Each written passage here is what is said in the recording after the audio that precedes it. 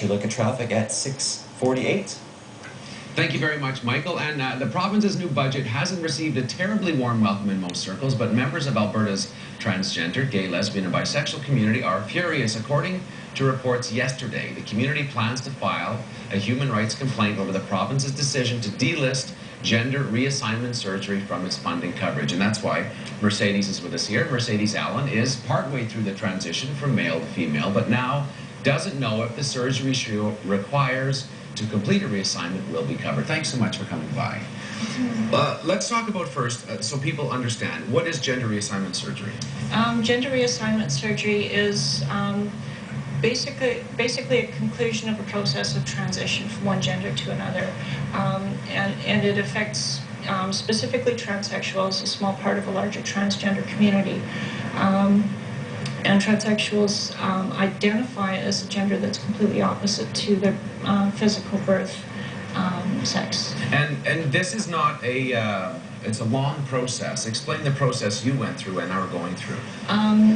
It starts with therapy. That's an important part of the program. Commences with hormones.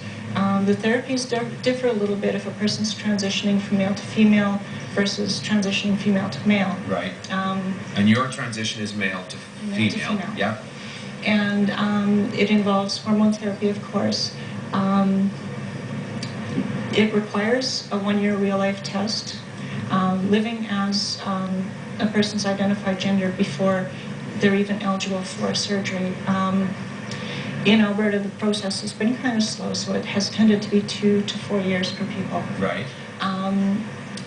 And then it concludes with gender reassignment surgery, which is the physical changing of the genitals and genitalia. Yeah. And to understand, male to female costs.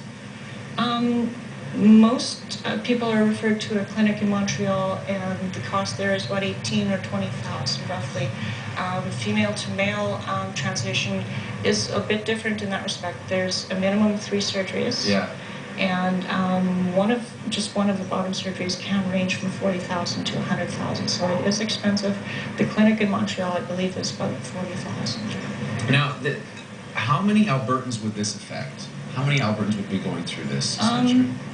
Alberta, in the past, has approved 16 people per year, or less. It's been a quota of 16 people per year, and it's been the past 2 years that we've actually met that quota.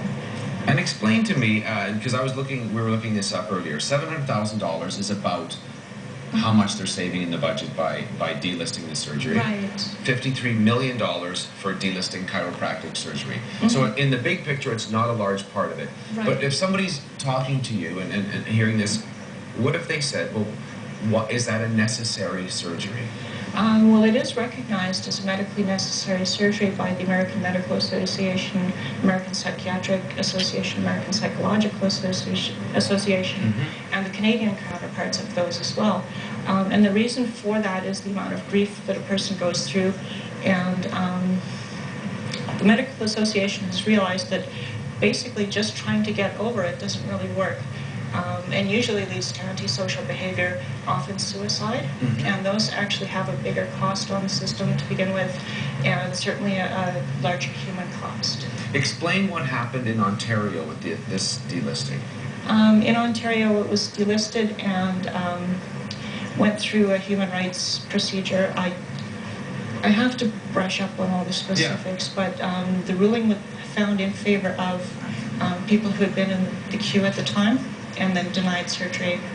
And it was because of that that the province felt the need to reinstate it last year. And you're in the queue now.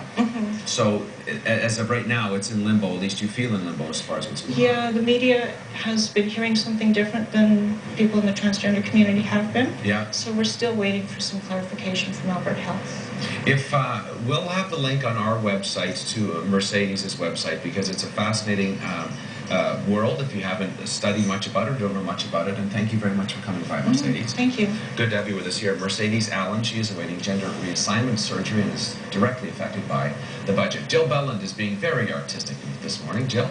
Yes, we are live on location at UB The Artist in Mackenzie Town. It's for the Empty Bowl benefit, benefiting the Calgary Food Bank. So we're painting a bowl, we're learning a few different techniques down here, and we're going to choose a bowl after the break. Stay with us.